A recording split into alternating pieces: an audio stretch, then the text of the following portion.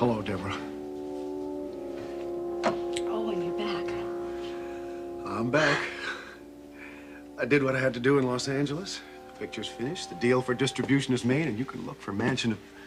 Oh, I'm sorry. I didn't realize that you had any company. Owen Madison, Cliff Nelson? Remember me? Sure. Well, maybe my visit was a little too impulsive. No, Owen, please, come on in, come on in. Deborah, I can come back later. No. Owen, now, Cliff was just over to drink a little bit of soup. He's on his way out. No, I'm not. Yes, you are. The soup was just the appetizer, remember? The soup was the last course of the evening, Cliff. Good night. All right. That's the way you want it. Look, excuse me, all right? Deborah, listen. Owen, look, please come in, please. Look, that man was just an unexpected visitor, and believe me, he is not as welcome. Well, that's just what I came to find out.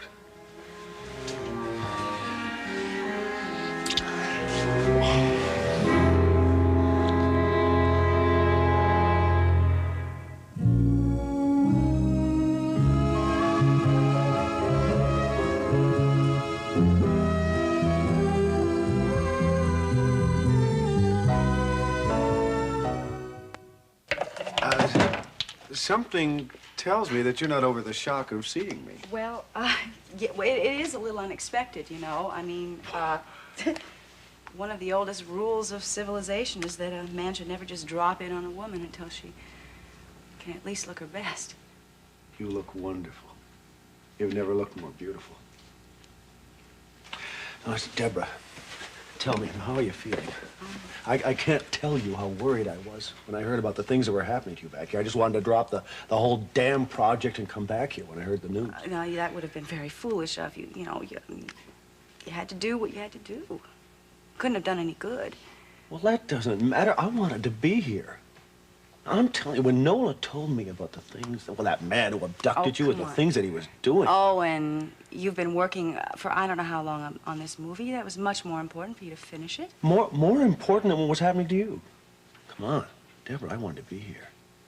I wanted to offer you whatever support I could, and I'll tell you something else. I wanted to kill the man who raped you. I mean that. Raped me? What are you talking about? Deborah, now listen, it's all right. Nola told me what happened, and if you think that makes any difference to the way I feel Wait a minute. about Where did she get this information? you,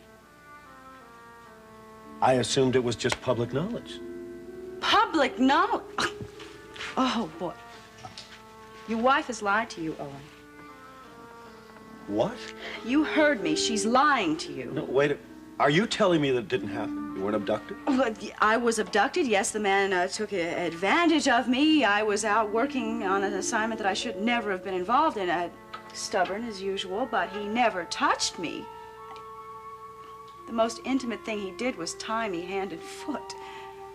My God, well, I mean, how could Nola have gotten the idea? How did she get the idea? She got it out of her own head. That's where she got it. It's probably the one way she thought she could make you feel disgust for me, maybe. Deborah, listen. If you think that has anything to do with the way I feel about you, damn her! Well, thank God I'm going to be rid of her once and for all. I'm telling you, 3 months, maybe less. And then I'm going to be free. Do you understand? Yeah, I understand. You know, when I walked in here, I thought maybe you were just overwhelmed with surprise. And then I thought, well, I don't know, maybe you're upset because you didn't know how I'd feel about what happened between you and the man who abducted you. But it isn't that, is it? There's something else, isn't there?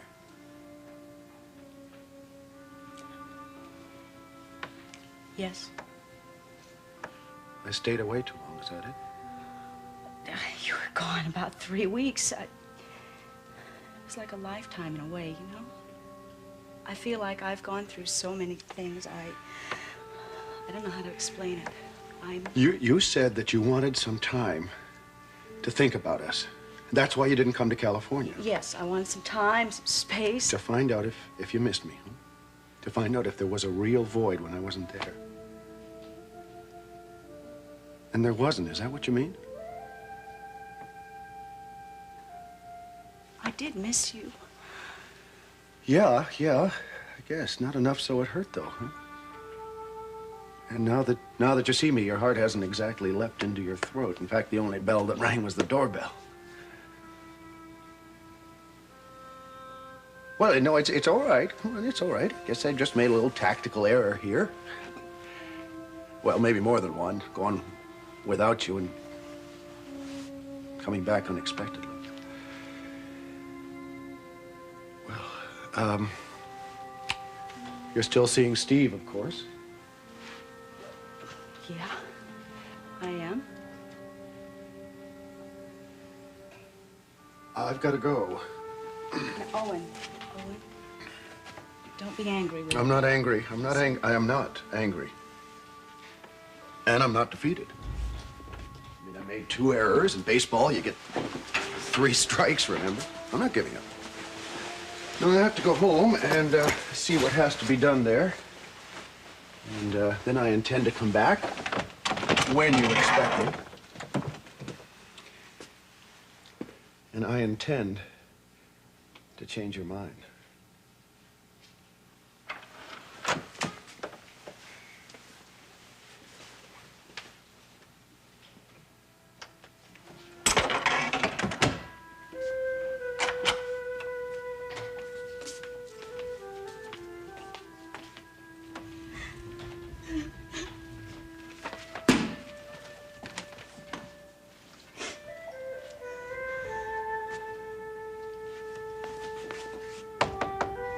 Cliff?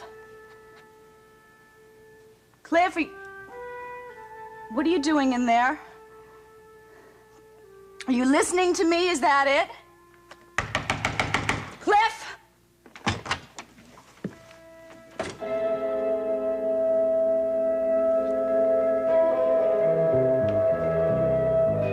Husband is seeing to that. He's moving full speed ahead on his divorce, so he tells me. And you're not going to contest him, are you? Oh, darling, you can't contest a divorce in California. They've made everything terribly simple for everyone. It's rather a pity. It used to be so much fun reading about all those glamorous Hollywood court battles. But what if you had been married in another state? Elliot, it wouldn't matter. You can't force a man to stay married to you. It's more than a legal arrangement, you know. And with us, there isn't even a question of money or property. Owen has his, and I have mine. You know that I have money, of course. I wish you didn't. Why? I'm sure you know why. Could be one more factor in our relationship. One more reason for you to doubt me. As a matter of fact, for a while there, I thought that's why you were disappearing, to keep away from me. No, that wasn't the reason. No matter. No more running. From now on, I'd like to spend as much time as possible with you. In fact, I'd like for us to spend all our time together. Do you really mean that? If you weren't married, I'd propose to you. But seeing you are, we'd have to think of another alternative. You mean live together? I couldn't possibly offer you to live with me in my small, tacky bachelor pad. But this is a big house.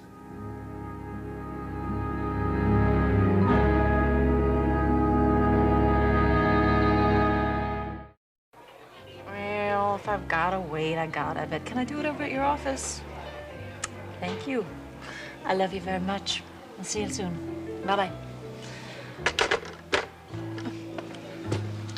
Thank you. You're welcome. Well, hello. Derek, hi. You coming? Are you going? I just stopped in for a quick dinner. Are you here with someone? Well, I was with somebody, but she left. Nancy Carr. Oh, lovely woman. Very poor. She reminds me a little bit of... you have to leave immediately? Well, I'm meeting Miles at his office. We're having dinner together. Oh, you sure you don't have time just for one more drink? It'd be an act of charity. I never have any comfort at mealtime. I'm sure you could have all you wanted. Well, if you're in a hurry. Well, not really. Miles is still working. I'm going to go sit in his anteroom and read National Geographic catch up on equatorial Africa. We could talk about non-equatorial Monticello. After all, I'm chief of police, and you're anchorwoman on the local TV station. We have something in common. No, not really. You make the news, I report it. It's been my experience that reporters make the news all the time. That has all the earmarks of a complaint. I'm sorry. I promise not to say anything nasty about the press if you have that drink with me. Well... Is that yes? That's yes. Waiter, what were you having, a red wine? Mm-hmm. Another glass of red wine for the young lady, and I'll have a beer. Excuse me. So what were you and Nancy Carr cooking up, or was it just social? Well, we talked shop a little bit, but mainly it was personal. I've been reading that story about hers and the drug trafficking. Mm-hmm. It's not bad. It's a little soft in the middle, but it's good. Soft? How? Well, don't get angry, but it's a little glossed over with social consciousness. Too much talk about cause and effect, not enough talk about cure. I don't think that Nancy knows the cure. Do you? Well, I'm just a cop, Nicole. Drug trafficking, drug possession, these are crimes. So, well, your cure would be arrest and punishment. Shortest distance between 2 points. Well, I'm not sure that I disagree with you. It's just if the problem is that simple, why does it continue to get worse and worse? Well, I don't think your drink is going to last long enough for me to give you my full opinion on that subject. Excuse me.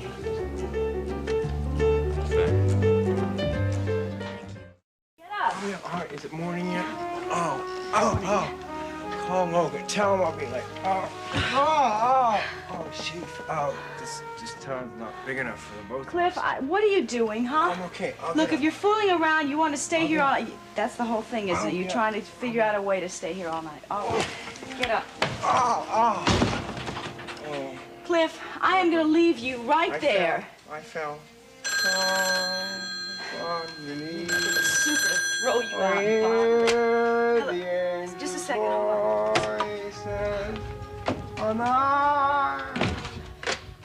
Hello. Hi, Deborah. It's Miles Cavanaugh. Hi. How are you?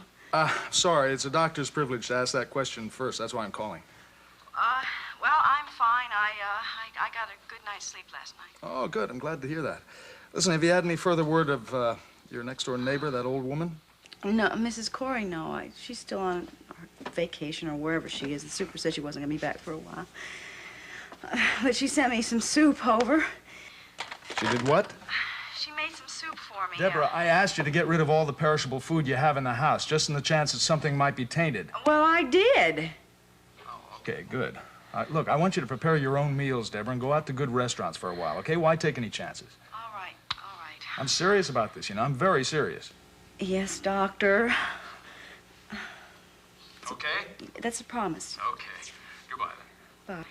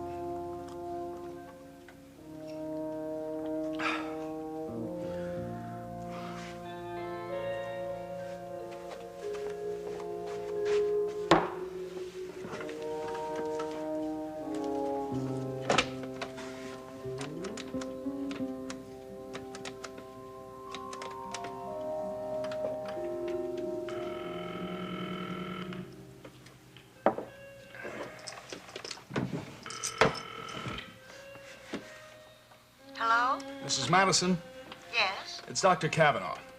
Yes, what do you want? I thought we made a bargain, Mrs. Madison. I don't know what you're talking about. Yes, you do. I told you I would not reveal to anyone that you were Mrs. Martha Corey if you promised to stop the damn masquerade. And I told you that you were completely mistaken, Doctor. The very idea is insane. Look, I know you haven't been back to the apartment in Deborah's building, but you left her some presents, didn't you? Some homemade soup, for instance? I'd like to know the recipe, but I can give a pretty good guess. You sound strange, Doctor. You sure you're all right? I will give you just one more chance, Mrs. Madison, but the situation is this. If Deborah Saxon receives one more edible gift from you, just one more, then I'm going to tell her exactly who's been living next door to her and why. I really think you're having delusions, Doctor. I do suggest that you see someone about them. And I'm sure, being a professional man yourself, you'll receive the best of care. Just remember what I said, Mrs. Madison. Yes, Doctor. You do sound very strained.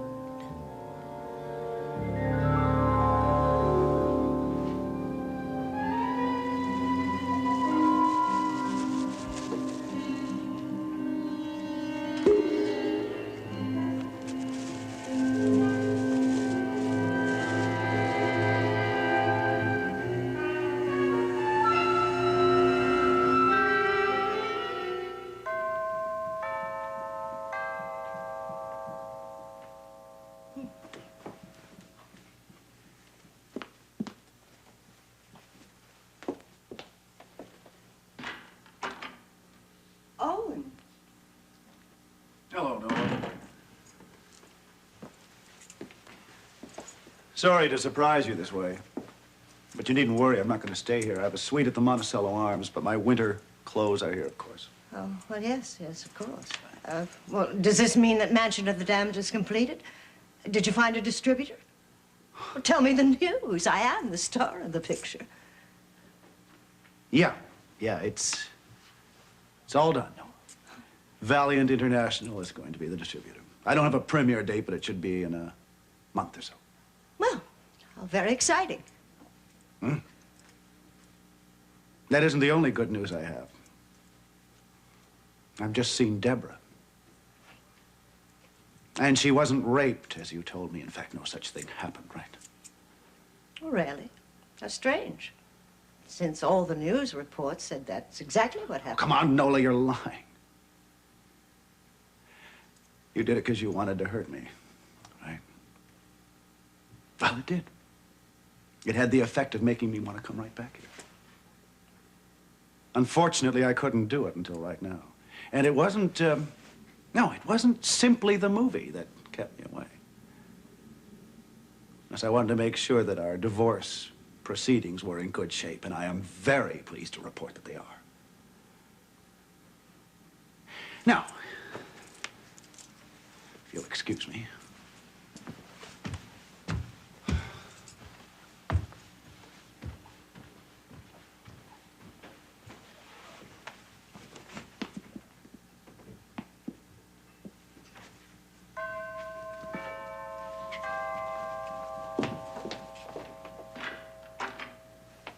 Here we are.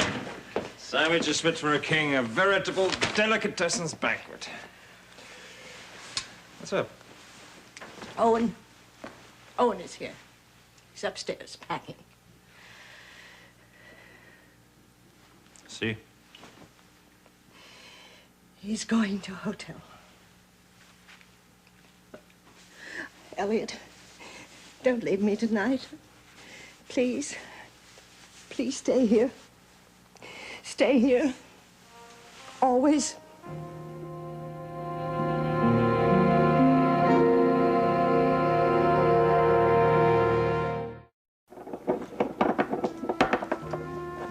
Said a half an hour.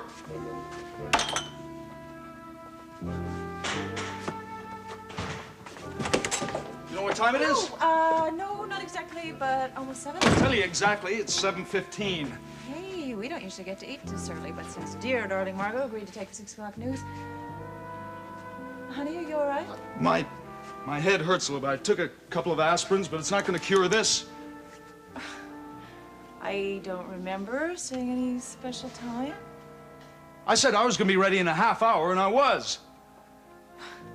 I'm sorry. I just guess I didn't think it was very important since you said I was going to sit out there and and read old magazines. Besides, I ran into somebody. Oh, you did? Who? Derek Mallory came by the restaurant. He was grabbing a quick dinner, and he insisted that I have a drink with him. I see. That's so. Well, I left just as soon as I could and still be polite. He Sure. seemed a little lost this evening. Was he? Honey, I don't understand why you're so upset. Need I mention the 155 times you've been late? I was never late because of any damn rendezvous, was I? Huh? A rendezvous? Are you serious? No. No, of course I'm not serious. How'd you ask such a question, huh? I'm just joking. That's all. I'm just joking.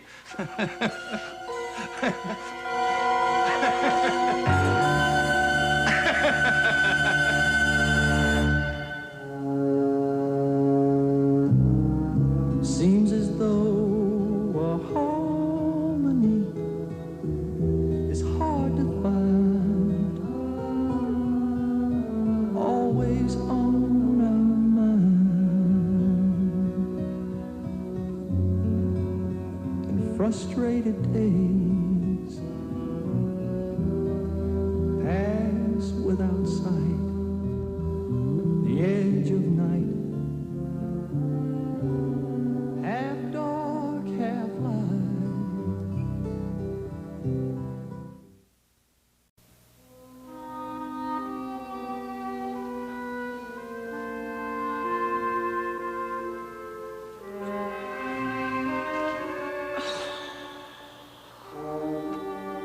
I could have slept another few minutes. Poor Miles.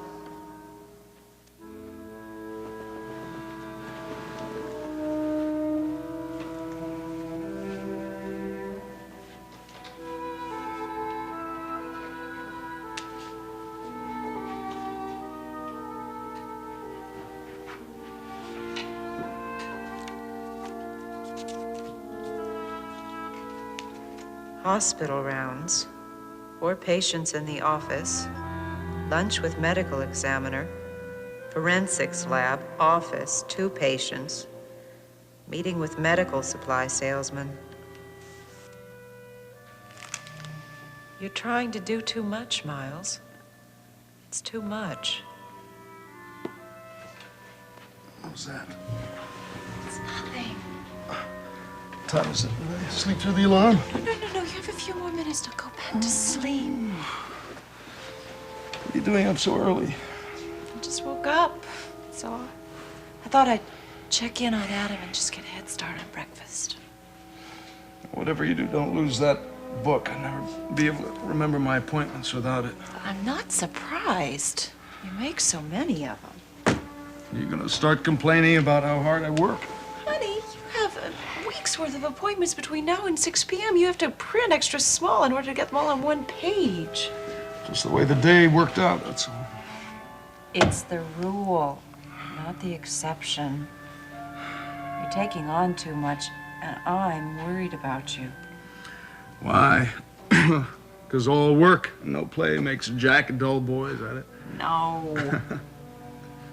It's because lately you haven't been like yourself. You haven't.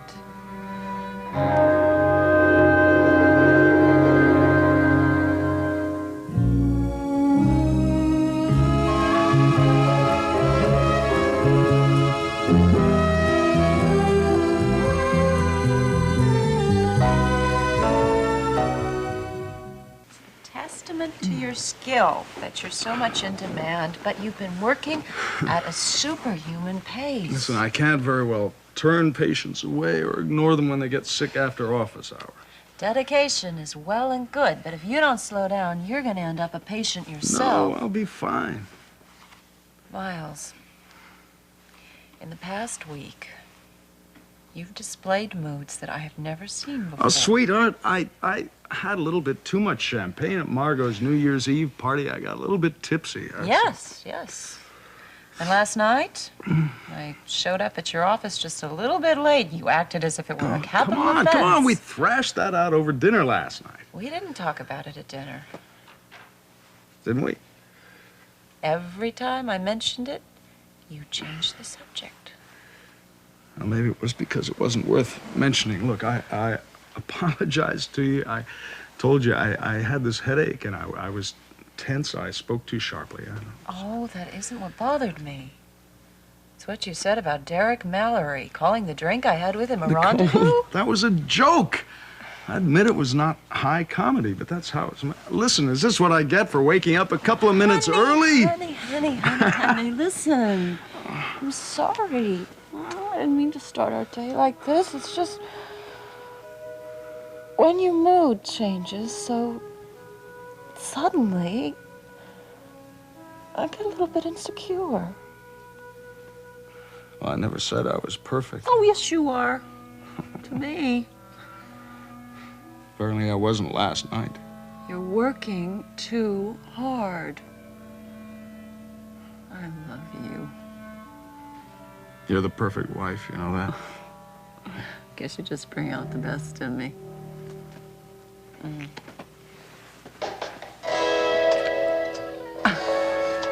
Do you hear music? Rise and shine. Just when staying in bed was beginning to look attractive. Listen, by the time you've showered and shaved, I'll have coffee on. I'll see you downstairs.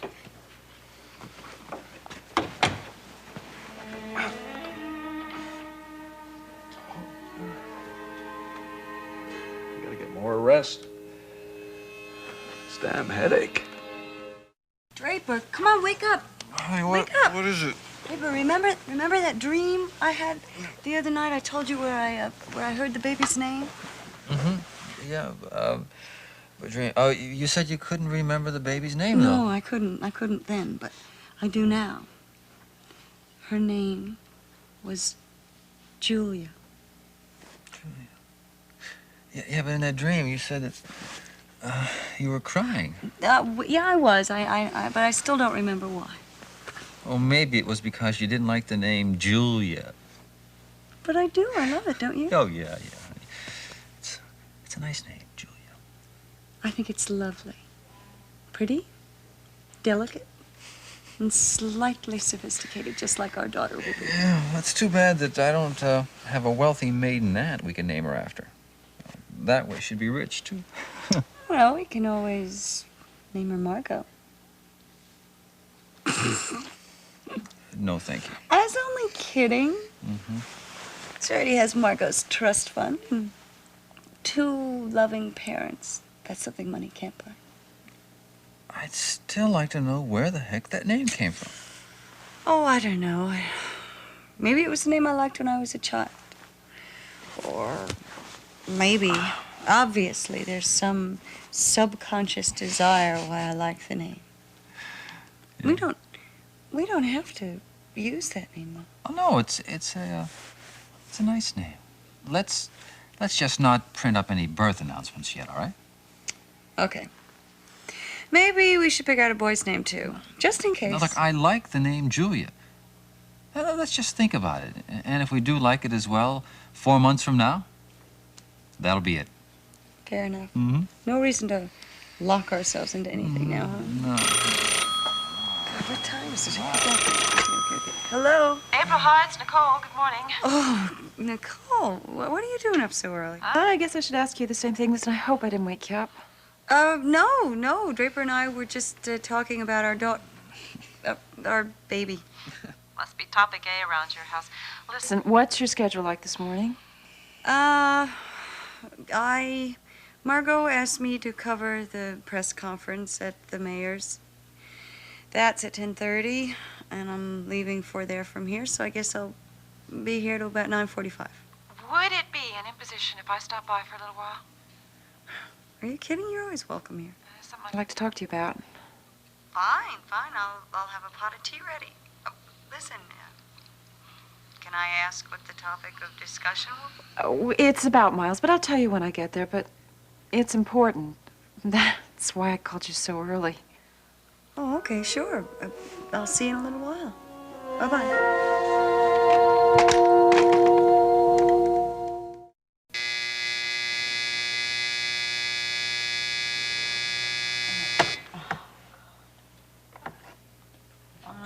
get up.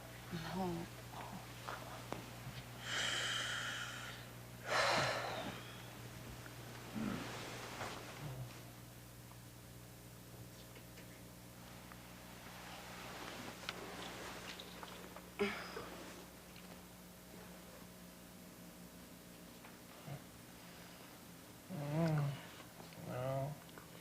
No.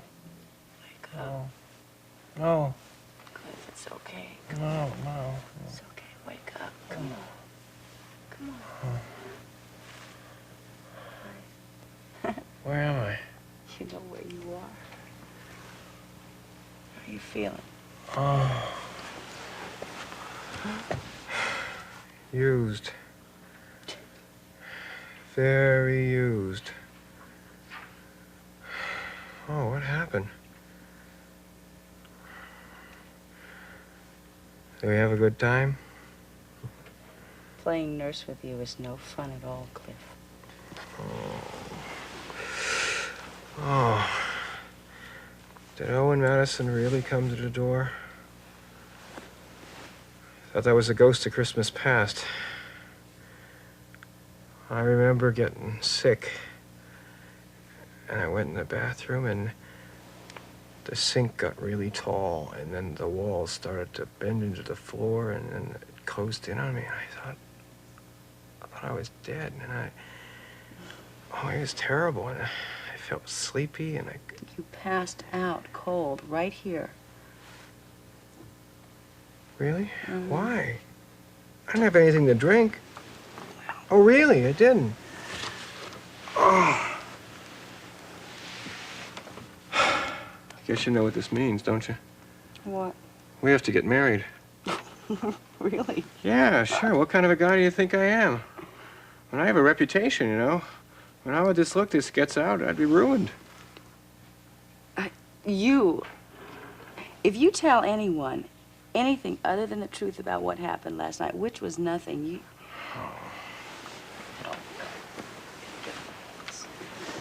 Oh. Do you have any eggs? No. How about some eggs and some bacon? Some ham, too, and some toast. An English muffin with butter. And some pancakes with syrup and... Can you make blueberry pancakes? I like my women to cook. Well, Cliff, I guess I'm not the woman for you. You know, Miles told me not to eat any more food in my refrigerator, so I threw all the perishable things out. Don't have anything. Well, you know, I guess I could go down to Mrs. Wilson, borrow some eggs and coffee. You would do that for me? Really? That's wonderful. I happen to be hungry, too. While I'm out, why don't you go into the bathroom and make yourself look respectable again? Oh, yeah. Sorry about the bathroom yesterday. Does this mean I get to use your toothbrush? I have a spare. Whose?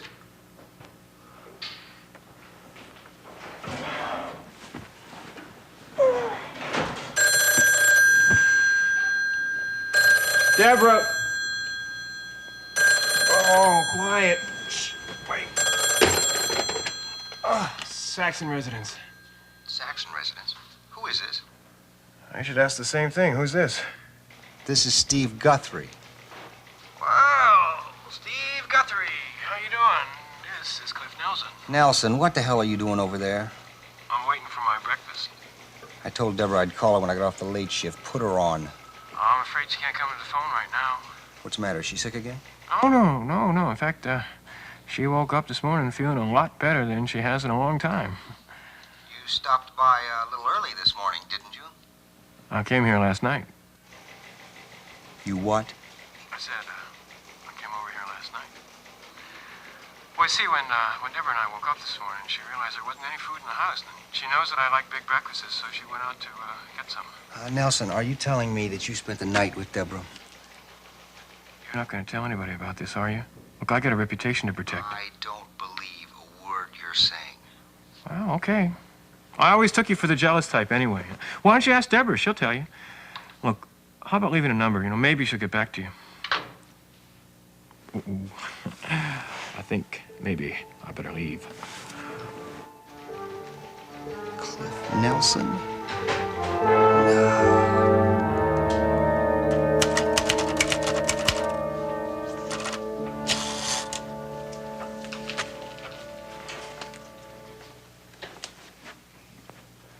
Well, you're up bright and early this morning.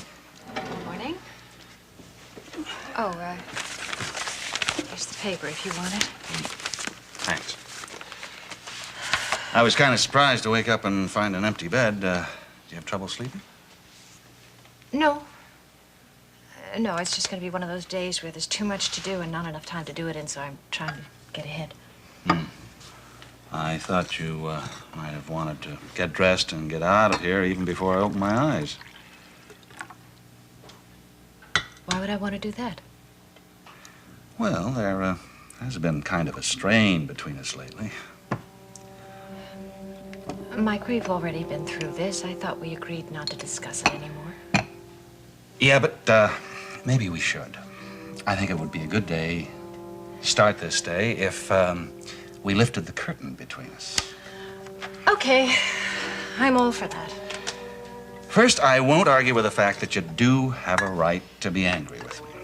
Mike, you know how strongly I feel about doing this series on drug traffic. You know that. And interviewing a dealer is part of it. And I wasn't trying to sabotage your efforts. I know that. You were looking out for me. And I was trying to do that without hurting your story. Mike, you shouldn't have been there. Maybe not. To be perfectly honest, I'm not sure about the right or wrong of what I did. I am. But Nancy, you're dealing with a man involved in a ruthless business, and you went there unprotected. All right, so in protecting me, Mike, do you realize that possibly you were putting yourself in a risky situation? And how do you think I would have felt if something happened to you while you came to my rescue? I wasn't trying to be a hero. I was just being a husband. Oh, Mike, I give you my word I won't take any chances. You've got to trust me. All right. And I give you my word not to interfere in anything you get involved in, okay? Okay.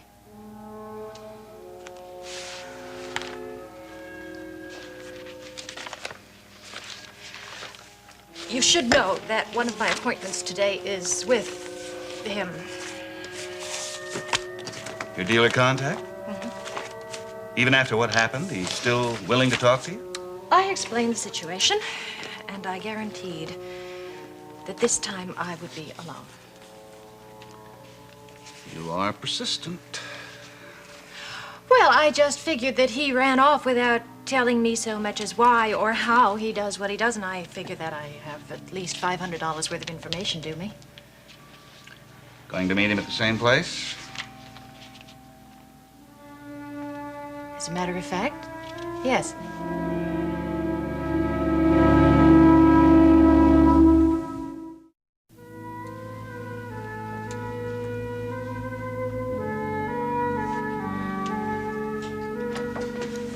I just gave Adam his breakfast.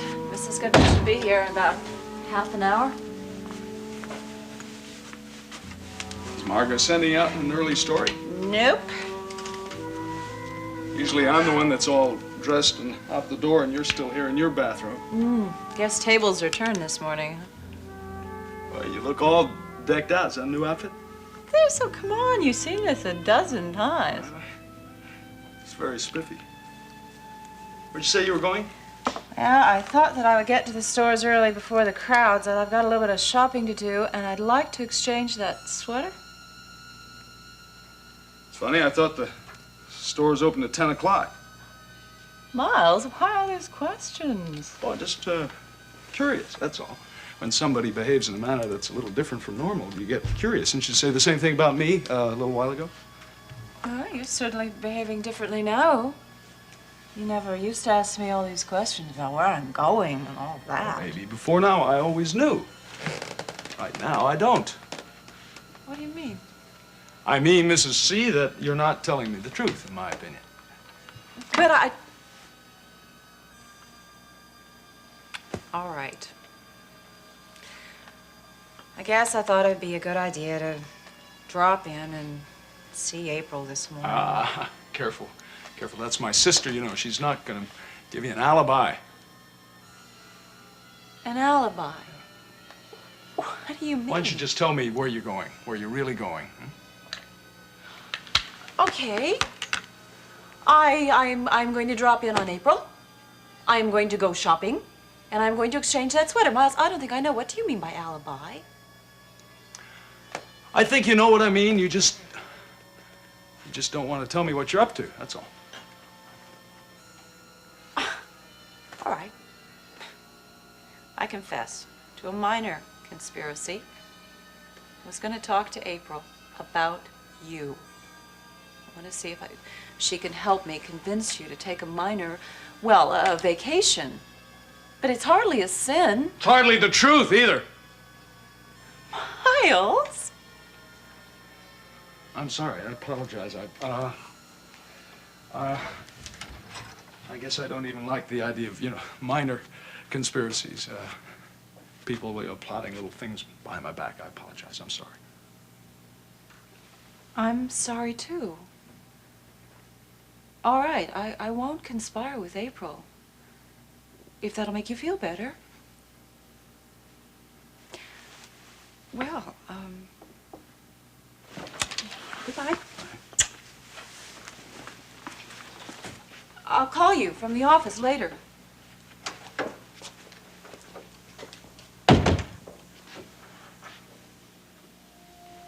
You really think I'm a fool, don't you? You think I don't know why you're all dressed up? Who you're gonna meet? Do you think I don't know?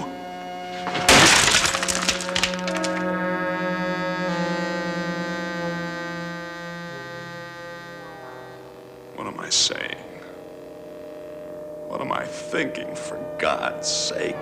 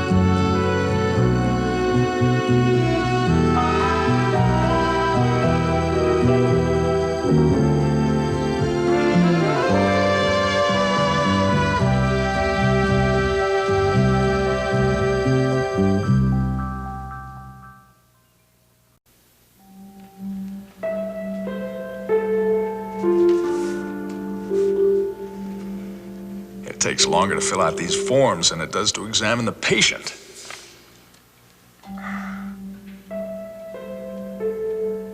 Damned headache.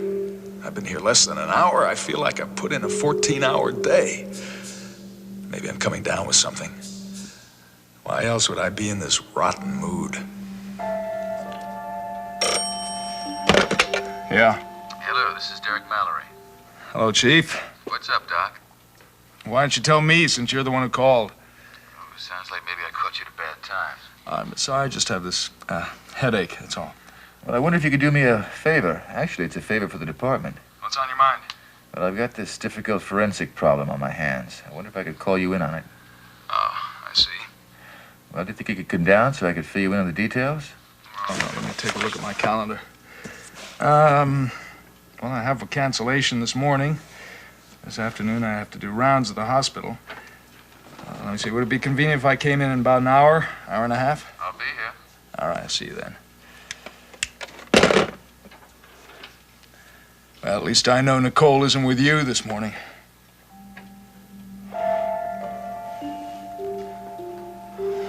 My God, what am I saying? Nicole went shopping. She told me that. How the hell could I believe anything else? What's the matter with me? Nicole must be right. I've been working too damned hard. I need a rest. This headache.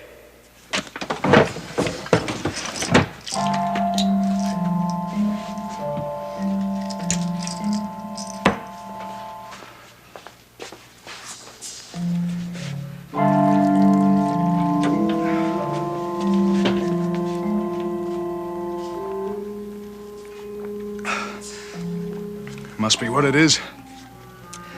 This is headache.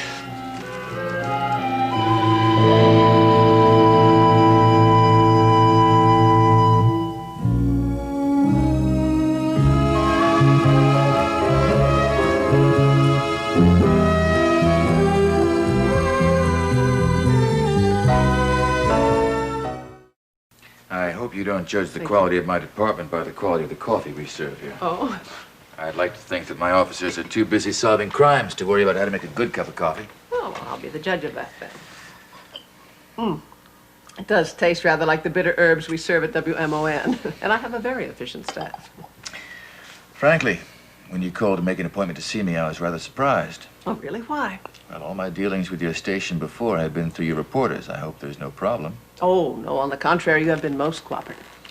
Well, your viewers are taxpayers, and they pay my salary, so I figure they've got a right to know what's going on. Oh, good. I'm glad you feel that way. No, actually, I'm not here as station manager. I'm more kind of a public service director. It's a small station, so I wear many hats. Are you familiar with the program that I produce, Monticello Movers and Shakers? Yes, I've caught it a couple of times. Good, because I would like you to be the guest on the next edition. What happened? Did somebody important cancel out at the last minute? Oh, come on now, you know better than that. You're a top official with the city administration. Besides, law and order are very hot topics with my viewers. Well, I'm flattered that you would ask me, Mrs. Dorn, but I think I'm better at doing my job than I am talking about it. At least I hope I am. Oh, you seem like a very articulate young man to me. I think you do very well. I don't know. You ask some pretty tough questions on that show. Well, I try to. But we could structure this program so that you are making comments on your performance since you took over from Chief Marceau, and also let us know what you intend to do in the future. Well, I'm really flattered. Good. Then you'll do it. Well, even if I wanted to, I just don't know when I could find the time. I'd be willing to provide you with a spokesman for the department if you'd like. No, I'm afraid not. That wouldn't be the same. No, you're the new boy on the block, and you're the person the viewers want to get to know. I'm really sorry, Mrs. Dorn. Well, how about if we tape the show at a time convenient for you? I'll think about it and let you know. I see. Okay. How about if we have someone else do the interviewing other than myself? Would that make a difference? Say we had Nicole Drake do it. I mean, she is gentle as a lamb. She's not the ogre that I am. Well, that really wouldn't make any difference. Well, at least you are acquainted with her. You'd feel a little more at home. She's an easy person to talk to. You've got to agree about that. Yes, she is. Well, then. Well, all right. I really don't know why I've been giving you such a hard time, Mrs. Dorn. I do believe in the value of public statements. They help to gather public support. We can't run a police department without it. Good. I'm glad you see it that way. So, when shall we get these wheels in motion? No, it doesn't matter. One day is just as busy as the next. But let's make it soon. All right. I'll have Nicole call up and make an appointment. All right? Very good. Thank you. If you have the exact same thing in a medium, that's what I like. However, if you don't, would you check and see if you have it in navy or light gray? Well, I'll try. I'll check behind the counter first. Okay, thank you.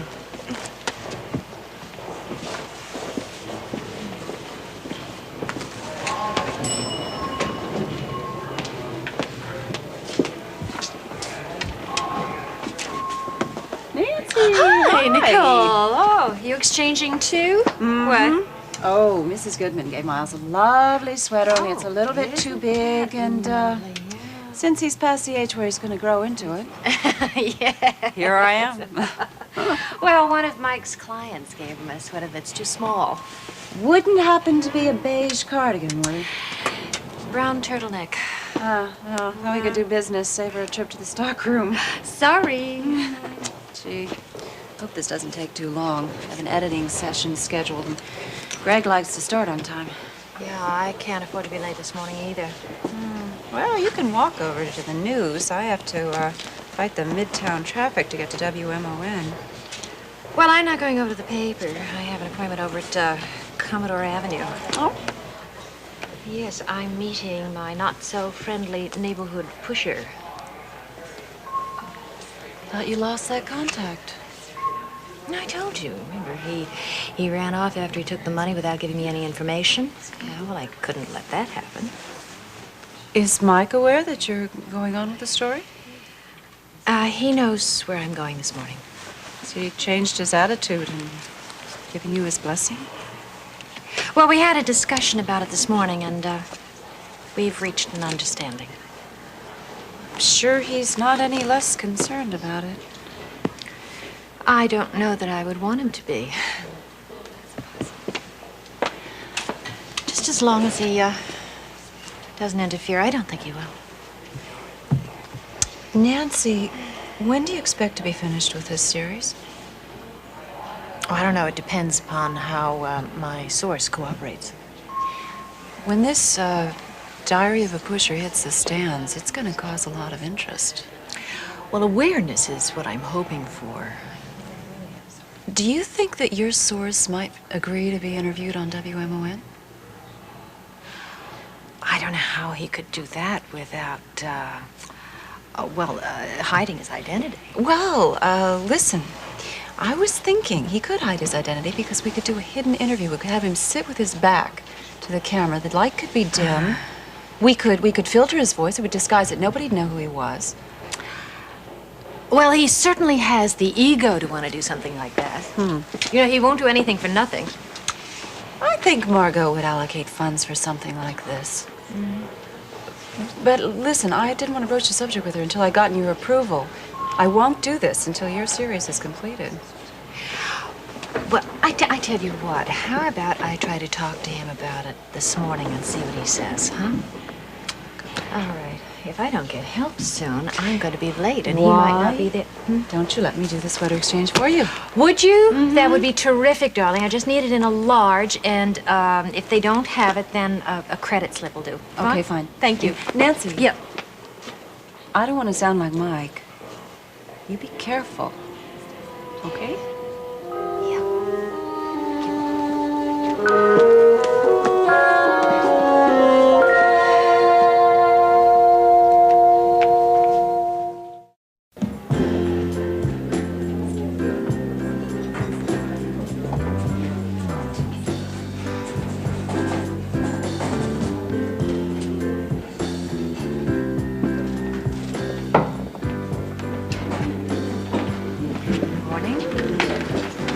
I wasn't sure if you were going to show. Really? Well, you gotta be in, Benny. I want information, and I've already paid you for it. So now you can keep your end of the bargain. Well, I hope you played it smart this time and left your shadow home. I'm alone. That's what you said the last time. Benny, that man wasn't a policeman. He was somebody who was looking out for my well-being. Hey, what do I look like, the big bad wolf? Listen, let me tell you something, Brenda Starr. You better hope none of your pals decide to come and check you out. Three's a crowd, especially when one of the trio's a cop. The police know nothing about this. Yeah, well, this nose can smell a cop from a mile away. And if I get as much as a whiff that one of those guys at the bar has a tin badge in his wallet, I'm not just gonna wheel out of here like I did the last time. Benny, there's nothing to worry about. We're still playing by my rules, see? And in this game, it's 2 strikes and you're out. And you got one against you already. Now, what does that mean? It means if I have to, I get rough with you. I don't like being threatened. You're a very pretty lady, Mrs. Carr. I really hope you get to stay that way. I don't have to listen to this. Hey, hey, listen, I'm the one who's taking a lot of risks here. And I I don't have to deal with prima donnas.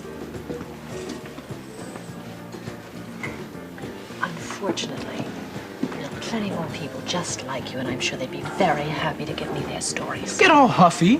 I think we should just call this finished. Hey, relax, relax. Listen, I just want you to know that you can't play games with Benny Hayes.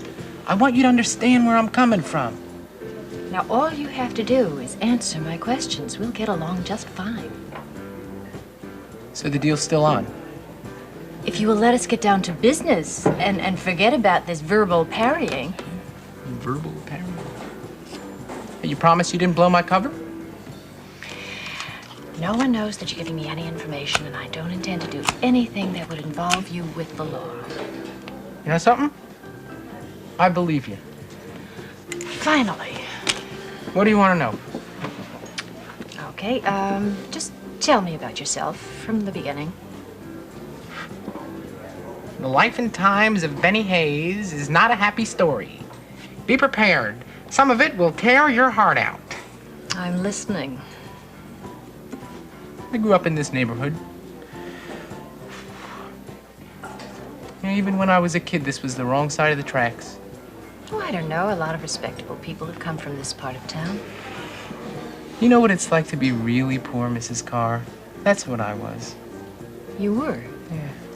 I mean, I had to wear everyone else's hand-me-downs to school, you know? All the kids used to make fun of me. I guess that's why school was never one of my favorite places. If I didn't steal clothes, I probably never would have had any new ones. Yeah. Well, what about your family? I never even knew my mom. She split when I was born. And my old man? He didn't give a damn about me. You're looking at a kid who grew up not knowing what it was like to be loved. I see. Yeah. I mean, if I didn't steal food, I probably would have starved, you know? The bread my old man earned doing odd jobs, it all got spent on booze. He was a drinker?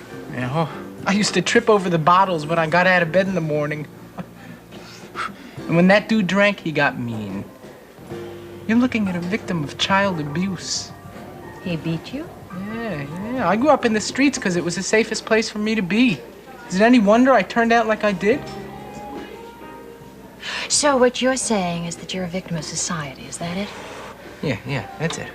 I mean, you know any brain surgeons or bank presidents who grew up like me? I honestly couldn't say, since I still don't know how you spent your childhood. Well, were you listening? I just told you a lot of stuff. Yeah, well, you just made it sound as though you were the most abused, neglected child ever to be born in Monticello. Well, maybe I was. All right, Benny. Let's forget the games. Nothing you've told me so far has been the truth.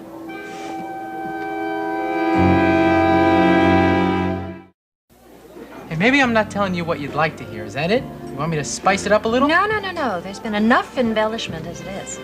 Hey, everything I told you was the gospel truth. I swear it on my mother's grave. Your mother? She's alive and well, and I don't know how happy she is, considering how much grief you've given her. What are you talking about? I am talking about your childhood, Benny. It wasn't as poor as you say.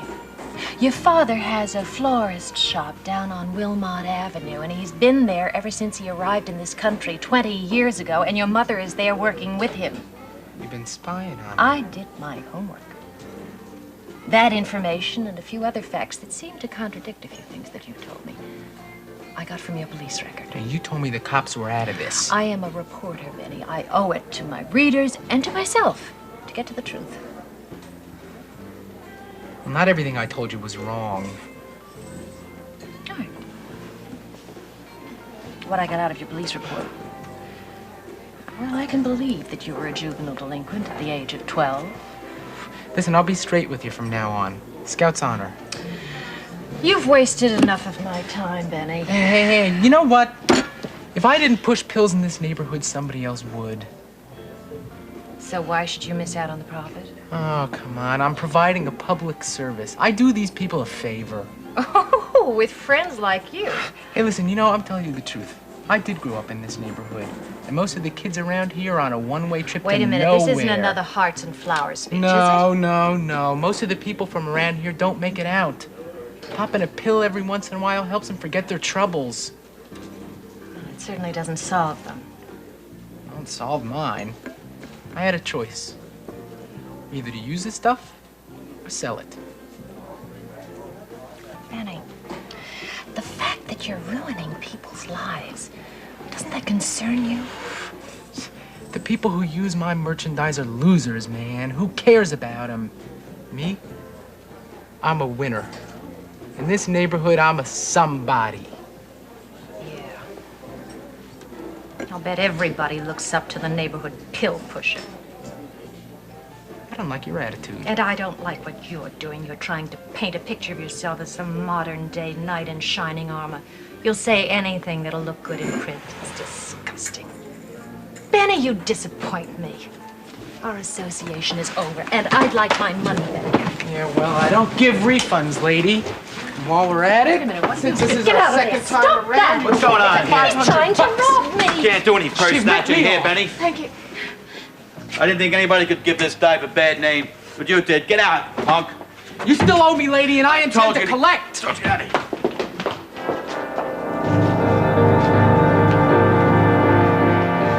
This file contains the pieces to a puzzle I'm having a very difficult time putting together. You think I can help? I don't know. When is an accidental death not an accident? What's this, a test? Suicide or murder, I guess. What would you say if I told you that 4 tenants of the same building have all died within the space of 1 week? It's probably a coincidence. That each death has happened under similar and what I would consider unusual circumstances. That's a little different. 240 Concord Street. It's a very small building. Tenants probably know each other. Must have had mutual friends and enemies. Oh, so have you made your feelings known about this? For what little good it did me. The medical examiner already attributed the deaths to natural causes. Well, were autopsies performed or not? Yes, but they weren't looking for discrete signs of foul play. As far as I'm concerned, it wasn't a good job. Well, now, you just can't exhume bodies on a hunch, Chief. You know that. The 4th victim was found this morning. Oh, I see. Now, there are no relatives to hassle us about making a police autopsy. Well, now, look, my schedule's pretty tight. This guy in the morgue isn't going anywhere. Well, I have hospital rounds this afternoon. I have a consultation after that. I suppose, well, the earliest I could get to is about 8 o'clock tonight. I hate to make a long day even longer, but you're the best medical detective I've got. I'll take care of it. I'd appreciate that, Miles. As soon as I get the information, I'll let you know. Thanks. I hope this isn't going to cause any friction between you and Nicole. Why do you say that? Well, after all, I'll be keeping you from her this evening. Well, she understands things like that. Well, you're a very lucky man, Miles. When you see that beautiful wife of yours, you give her my regards. I'll do that. Janie, body was brought in from Concord Street early this morning. Could you get me the file on that, please? Oh, sure. Thankfully, things were pretty quiet here last night. He was the only one checked into the morgue. I know it's here. Wait. Oh, excuse me. Derek Mallory's office. May I see who's calling? One moment, please. Chief, there's a call for you on line 3. Well, Nicole, it's good to hear from you. Derek, I'm glad I got you in. I just talked to Margot. She said she managed to twist your arm and get you to agree to appear on Monticello Movers and Shakers. Well, she also told me that you were going to be as gentle as a lamb with me. Well, I don't know. But before we do the interview, I'd like to get together and talk about possible topics for discussion and that sort of thing. That sounds good. When would you like to get together? I don't know. I'm pretty flexible. What's your schedule like? Well, how about tonight? Ah, here it is. Thank you.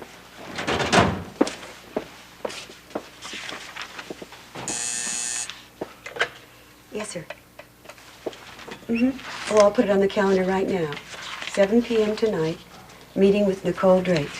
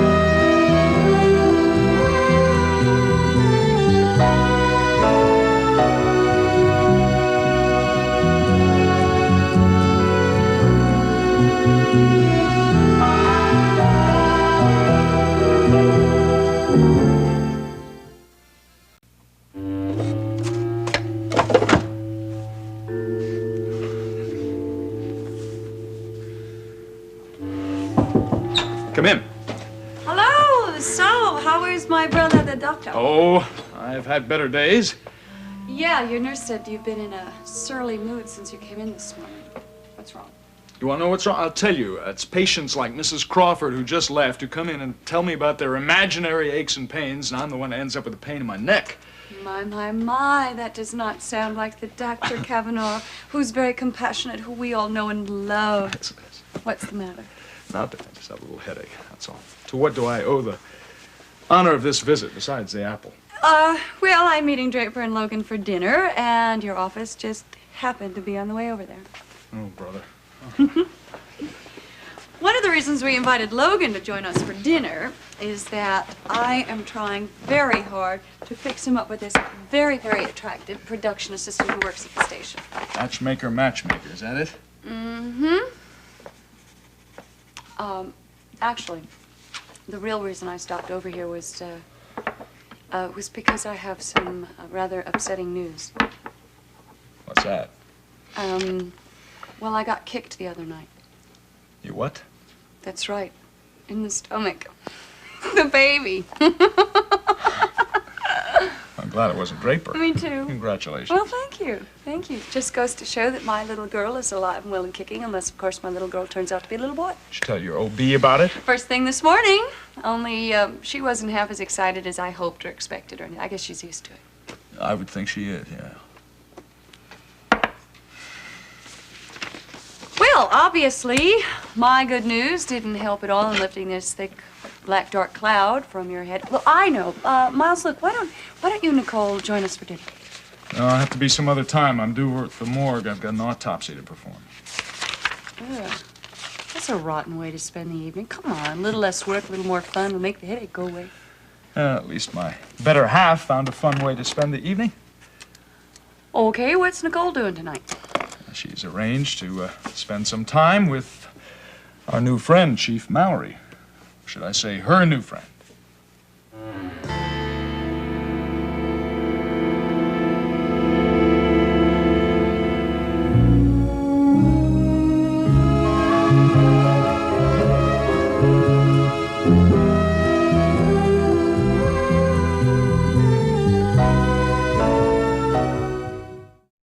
Oh, it's true. They are seeing each other. I happened to be outside the chief's office when I heard his secretary note the appointment. Appointment, there you go, it's business. Ah, not all appointments are business. Oh, don't look at me that way. I was just joking. Well, I hope you don't tell Nicole jokes like that, Miles, because I think she'd find them rather upsetting. Why would she be upset? She knows how he feels. He's always very, very glad to see her. Only thing he's not glad to see is that band of gold on her left hand. Are you telling me that Chief Derek Mallory has a crush on Nicole? I would say so, yeah. Why not? She's a pretty woman. I think you're jealous. Oh, me? Yes. No, listen, when you're married to the most beautiful woman in town, you get used to that kind of thing. I'll tell you, no sooner did he call me in and ask me to do that autopsy tonight than I heard him and Nicole arranging to get together. Now, doesn't it look as if he wanted to get me out of the way? No, I think there's a perfectly innocent explanation, and it is business. I'm sure it's business. Well, they're meeting at the studio right after the 6 o'clock news. Probably going to cook up some news feature or a Crime Stoppers report or something like that. Right. Look, if you can work through dinner, so can Nicole. Well, look, I hate to give you the bum's rush, but got to get you out of here. I got to finish this up before I go down to the morgue. Not that my patient there is going anyplace. Oh, Miles. Little med school humor, that's I don't know how you can do that kind of stuff, believe me. I think it's gruesome. Are you kidding? It's the only time I get to practice medicine where the patient doesn't talk back to me. More med school humor, huh? Right. Listen, can I give you some sisterly advice, please? Sure, what? Quit your part-time job. You've been talking to Nicole, right? Yes, as a matter of fact, I have. You two could sing a little duet. That's all I've been hearing from her. I've been working too hard. I don't have enough free time. Well, it's true. I like my schedule just the way it is, thank you very much. Miles, people I just have their... don't happen to be one of those doctors who enjoys using his time by playing golf or looking at the ups and downs of his No one investment is questioning portfolio. your dedication, Miles. I relax when I work. Practicing medicine is my life. I'm not going to change a thing, that's all.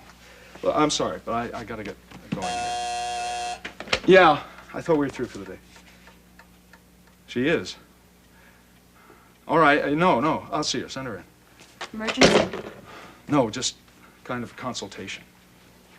Come in, Mrs. Madison. Oh, how good of you to see me on such short notice, Doctor.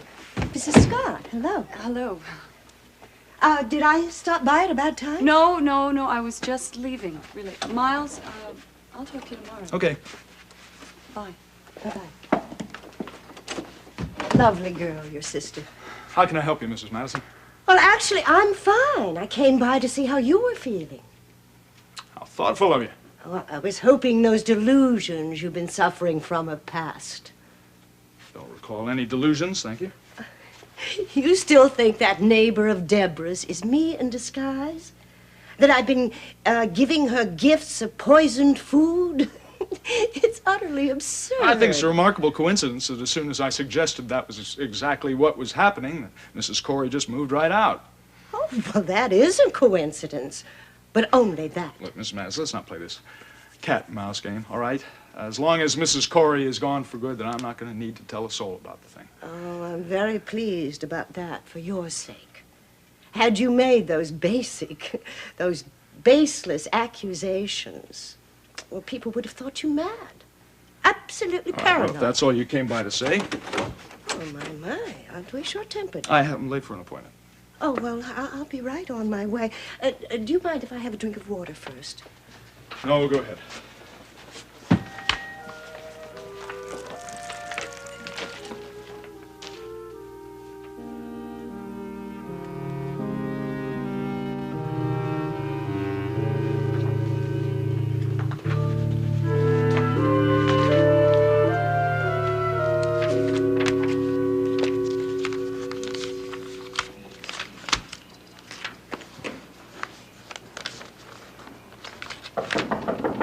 Yeah, come in. Nicole. Nancy! Hi, I hope I'm not interrupting anything important. No, not at all. One of the assistants told me I'd find you in here. You know, Margot had a meeting, and I just thought this was about the only place I was going to find any peace and quiet. Well, peace and quiet is exactly what I would like to have right now. You look upset. Something the matter? Well, it hasn't been one of my better days. Well, relax. Let me get you some coffee. How No, about some it's- tea? If no, you'd like thank you. something stronger, I think I can probably No, find something nothing. stashed away somewhere. Thanks, Nicole. Nancy, I don't think I've ever seen you look this agitated. What's the matter? My neighborhood pill pusher. Something happened during your meeting. It was a disaster. He had promised to cooperate fully. And I believed him. What happened?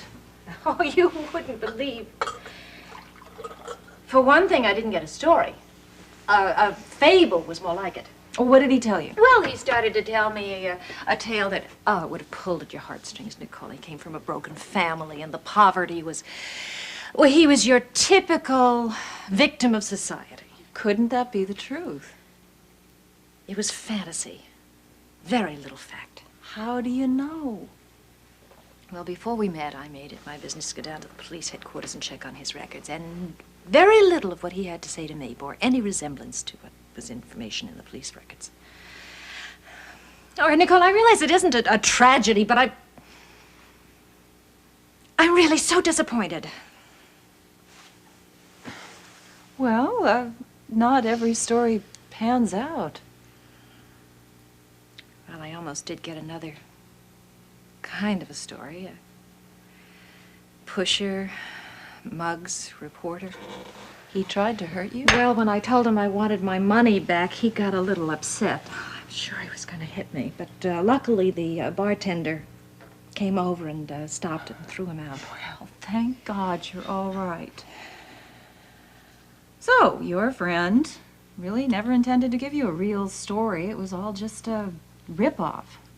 He wanted the money. I was completely taken in. Well, it's over and done with. Forget about it. I'm so angry. I'm angry with him and with me. We shouldn't be. Now I'm going to have to face Mike with it. What's he going to think?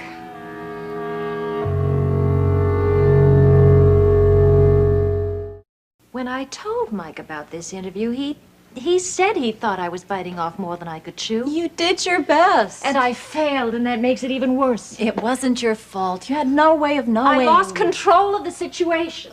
The only way that Micah's going to feel is going to be relieved. He's going to be so happy that this guy didn't hurt you. You know, it's almost as if he knew exactly what was going to happen. He has every right to say, I told you so. I think that the only thing I can see Mike doing is being supportive. And when I think I made all that fuss about not needing protection. Oh. Here, I've lost a story, $500 of the newspaper's money, my self-respect. I feel so humiliated. Nancy, if I had $1 for every mistake that I've made, I could retire. Now, listen, the important thing is that you've learned from this and the same thing isn't going to happen again. No, it certainly is not. And this afternoon's incident might make a very interesting article. Oh, dear, of course it would. You know, if you really are intent on doing a portrait of a pusher, you can find somebody else. That young man owes me a story. Nancy, now please, you just have to chalk up this afternoon to experience. Any more contact with this guy could really be dangerous. Well? Hello, Nicole. I was told I could find you. Derek, hi. Mrs. Carr, it's nice to see you again. Hello, nice to see you. It looks like I'm early. No, not at all. Derek and I are just going to discuss an appearance he's going to make on Monticello Movers and Shakers. Well, I was going to leave anyway. Oh, darling, thanks so much for listening. Anytime. Okay, all right. Oh, thank you, Chief. Yeah. Bye-bye. Bye-bye, dear. Bye-bye.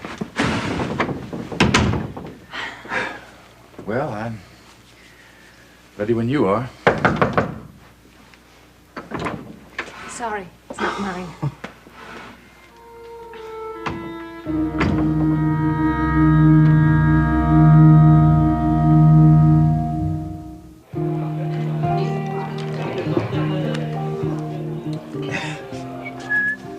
Look, if April doesn't get here in 5 minutes or so, we'll order something. That waiter's starting to glower at us. Yeah, it does look a little hostile, doesn't it? Well, it's our fault. We got here early. You never get an easy rush hour when you need one. Look, I'm really glad you accept our invitation tonight. Me too. You've been spending a lot of nights by yourself in that office. Yeah. Well, tonight, though, I'm looking forward to good food, a little good wine, and some good conversation. Conversation. Which reminds me. I'm glad we got here early before April arrived. What? I wanted to talk to you about our topic for conversation tonight. You made up an agenda? It's women. Women. Yeah, April wants to talk to you about women.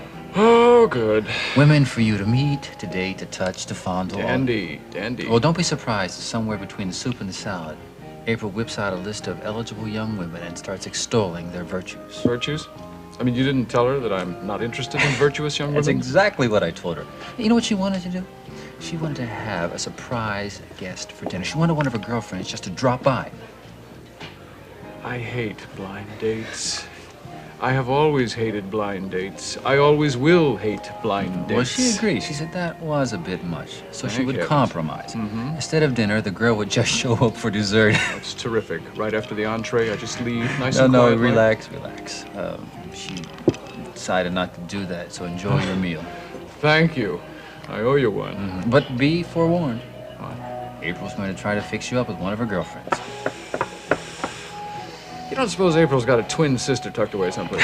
No way. I've got the one and only. But I have seen some of her girlfriends. You could do a lot worse. Please, don't you start on me. No, I'm really sorry. I didn't mean lady now. Fat. Thank you. Oh, thank you. May I serve you? Oh, white wine, please. Oh, the drawbridge was up, the one on Decatur Avenue. I didn't. Well, it was. Likely I didn't think story. that tug would ever get through. Well, I'm glad you're here. I thought maybe you got stuck in the office again. No, as a matter of fact, I got out early. I even stopped by to see Miles on the way. Oh, yeah? Well, why didn't you ask him and Nicole to join us? I did, but he's working tonight. Oh. To be honest, I don't think he'd be terribly good company tonight anyway. Problems? I don't know. He's really in a strange mood. He was very tense and irritable and just distant. You know? Doesn't sound like Miles at all. No, it doesn't. You know, Nicole told me just the other day that she's worried about it. And now I can see why. I'd like to talk about how the latest round of budget cuts are going to affect the operations of my department. And that I've begun negotiations with the policemen's union. I want to see if they'll allow me to have one-man patrol units. Well, I'm certainly not having any trouble drawing up a long list of things to talk about. This could be one of our more interesting segments, the movers and shakers. Well, as long as I don't freeze up the minute we go on the air. Oh, hey, that's not going to happen. You just have to think of this as conversation between two casual friends. I know one thing I want to include in this conversation, and that's that drug task force you've set up with Logan Swift's office. It's a very good point.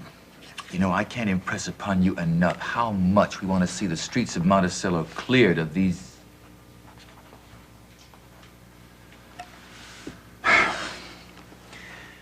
There I go again. What's the matter? Oh, Nicole. Promise me the minute I start giving you answers that begin with things like, I can't impress upon you enough, or these are serious issues we're dealing with, promise me that you'll kick me under the table, okay? Why? Because I would like to avoid sounding pompous. In case you haven't noticed, I've got a talent for it. I come off sounding like a know-it-all. I wind up making enemies. Okay, I'll kick you. If you really think that's going to help. Oh, I don't know all the answers. Hey, and I'm the first one to admit it. It's a healthy attitude. You know, fighting crime in any major city isn't just a matter of catching criminals. The sociological, economical statistics and factors, wow, it's just not so simple. I know what you mean. I know of a crime that was committed this very afternoon, and I don't think the perpetrator is ever going to be brought to justice. Why? What happened? Oh, a friend of mine was swindled out of $200. The victim of a con artist? Well, that happens every day. Yeah, that is what it amounts to. She paid a man for certain information, and he never delivered, and, well, when she demanded her money back, he got a little rough, but she's all right. It's okay. Well, tell her to come down to police headquarters, make a formal complaint, and we'll bring him in. That's where it gets a little bit complicated. You see, she swore to keep this man's secrecy, and, you know, his identity in secret. This person wouldn't happen to be Nancy Carr, would it? Why do you think that? Because Nancy was in my office a couple of weeks ago when they brought in a young pusher named Benny Hayes for interrogation. Now, I also know through Logan Swift that Nancy was trying to connect with the pusher that she could pay in order to get information for the story she was writing. Sounds to me like she contacted Benny Hayes and he just ripped her off. Well, that's an interesting deduction. Elementary, my dear.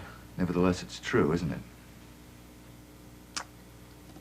She never mentioned any names. Has to be Benny. What about the money you took?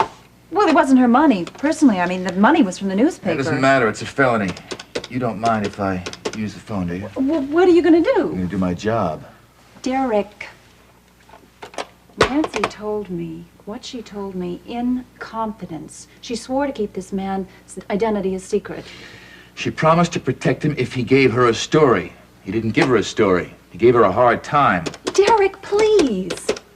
Now, I should never have mentioned this. It wasn't right. This is Chief Mallory. Let me speak to Ed Anderson. Don't worry. I promise not to get you involved. Hello, Ed? This is Mallory. Look, I'd like you to bring in that kid, Benny Hayes. My office. I'm going to interrogate him personally. About an hour? Thanks. I hope you haven't made this situation worse. I'm doing the right thing. Miles. Hello, you two. I hope I'm not interrupting anything.